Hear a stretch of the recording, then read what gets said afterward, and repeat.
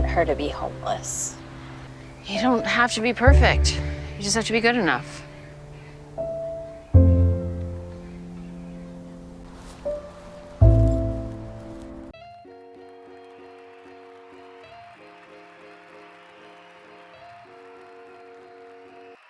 All right, Lila, welcome to Play It Forward. Thank you so much for being here today.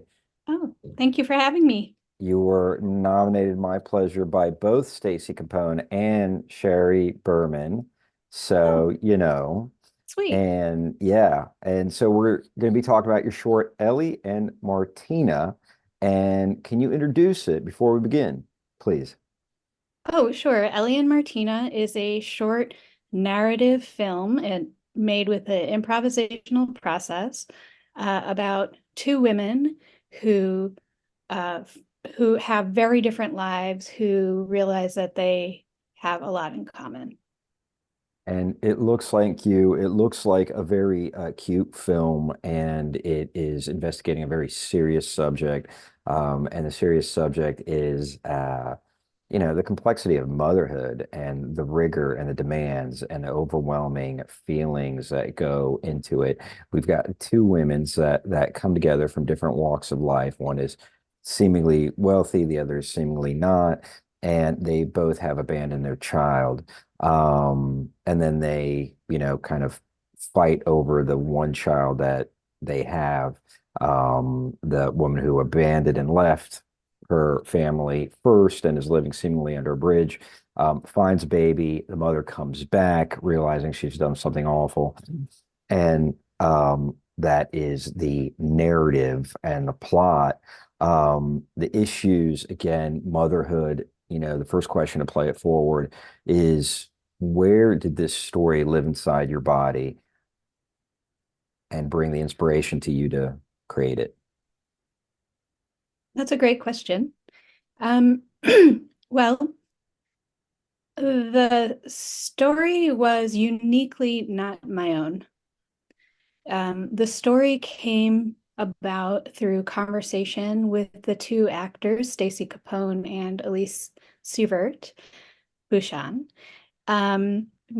We engaged in a kind of experimental process to make this film throughout, which involved getting together for a conversation, talking about things that were important to us, things that were inspiring us, and in the meantime, talk about the what ifs and, explore potential characters and potential dynamics and potential situations. And so about after 2.5 hours or so, I went home and wrote a script based on our conversation. And the process of writing the script and our conversations also included, what are the resources we have that we can put forward to this film? And what is it that we want to do as creative people that we haven't done before? Well, I And totally get like the process and the structure in terms of like you sit down with this collaborative team and you talk about, well, what can we do that is feasible and we don't need $1 million budget to make this happen. And it's a really smart way of making a film. The focus though with this is that anybody who's had a baby knows that it's absolutely one of the hardest things to do in their life, and it is a one of those things that it's going to break you. It will break you, and it's just a matter of time. So the story and the breaking point that you're exploring, that's really what I understand. Like, how did you as a writer and director really get into that breaking point, and where did that breaking point live in your experience to connect you to the movie? well, I'm not a parent, um, but I have a lot of very good friends who are parents. Um, I have had my share of mental health stuff in my life, as probably most creative people have. Uh, Everyone, if you're human, it's going to happen. everyone, Yeah. everyone, yeah.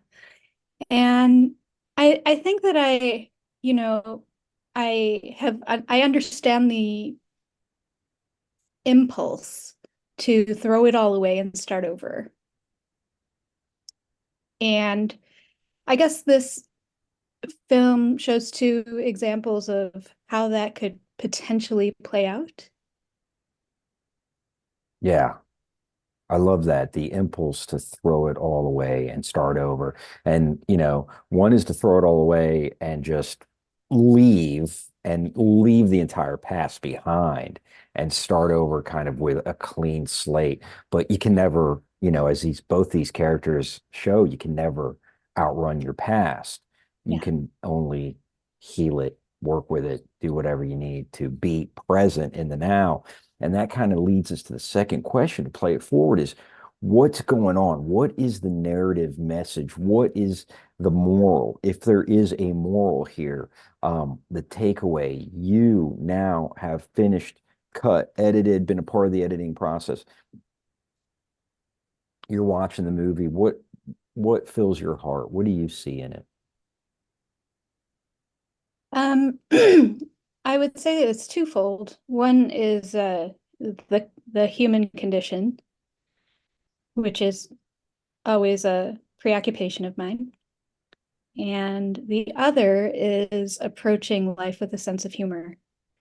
And as hard as things can be, there's always some way to look at it so it can be funny and create a little levity and help you get through it. And I think people can relate. I think having comedy in any serious story helps bring the viewer in because it opens a certain vulnerability.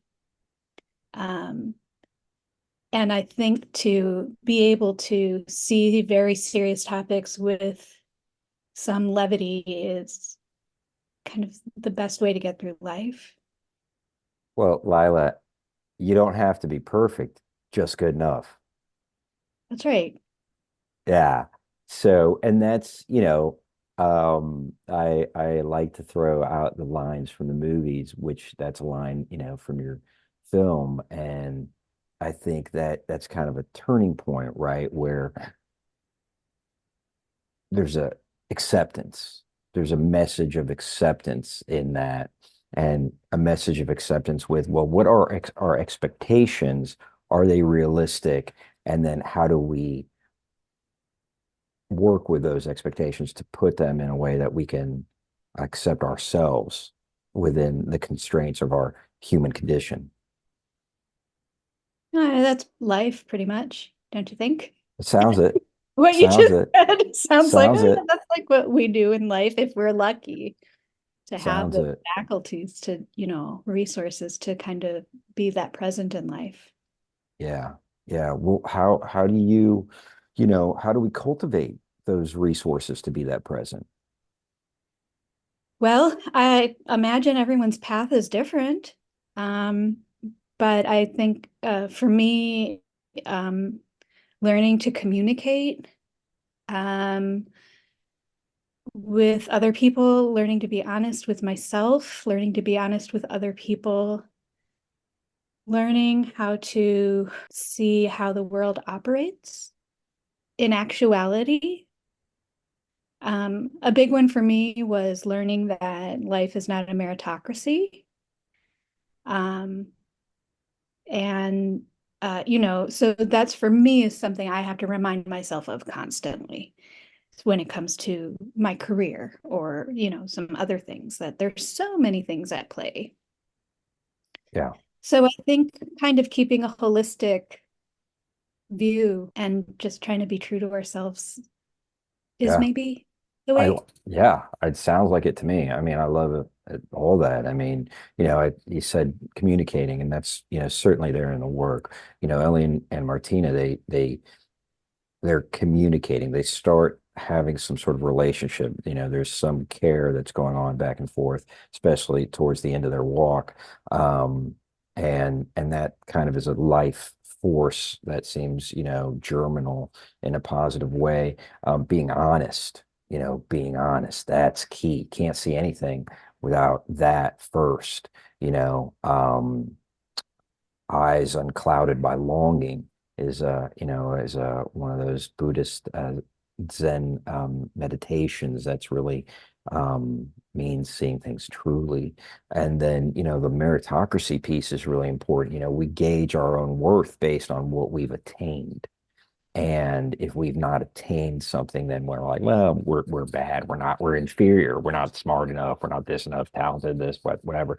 And as artists trying to compete, sadly, in an industry that's incredibly highly less than 1%. There's 200 people. I was thinking this the other day. There's probably what 200 people between writers, actors, directors that are on the A list that could say, I've got an idea. Let me get the financing and distribution for it. Now, that how many is that out of the writers and directors that are working professionally or aspiring to work professionally? 2 million. I mean, what is 100 and 10 million or somewhere in that category. So, I mean, the odds are, it's not the healthcare industry, right? Where that's a much friendlier industry if you'd like to work in it. So last question, I'll play it forward. Did you have anything to say about any of that before I move on to the last question? I don't think so. All right. So the last question is, how have you been personally changed since making Ellie and Martina? Oh gosh. I think it gave me so much faith Mm, in in the creative process, in the creative people around me, that there is a way to focus truly on the creative aspects of filmmaking. And I also uniquely, I was, we started writing this script before the pandemic and we finished right before the pandemic started. And we had to wait till we could be near each other to make this film, even though it was outside, there's physical contact. And I wanted to make sure we were all comfortable with that. And we had a kind of downturn in the pandemic, and I called the ladies up and I said, hey, you guys want to do this now?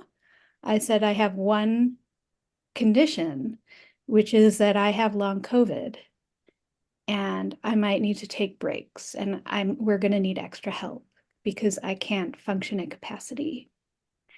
And luckily, Stacy's husband is a cinematographer and also a director in his own right. And he came on to help us. And, being able to have the vulnerability myself to ask for help, that kind of help, was not anything I had experienced in a filmmaking context. Because especially as the director, the producer, you're really you're manning the ship, right? That's what you're supposed to do. But this turned into something else where I said to the actors, I said, you guys know what you're supposed to do. We've been working on this for a long time. And I said to Don Downey, Stacy's husband, who has a name, I said, you know what to do. You're a filmmaker. If I need to go rest, you know how to capture the shots. I don't, and in a way, I didn't even need to be there. I sat out for like an hour because I was exhausted. And but we made it through. We made it through the process of making the film, and without me sacrificing my needs wow. Yeah. as a human being, you know? Yeah. I love it. I mean, I hear the filmmaking process, the creative process is an act of faith, an act of faith. And that is, I think, more superior than any other act that the creative process can hold for us. So, Lila Yomtoob, thank you so much. Filmmaker. The film is Ellie and Martina. Till next time, I'll play it forward. Bye, Lila. Thank Wonderful. you. Thank you, Kostya. It was a pleasure.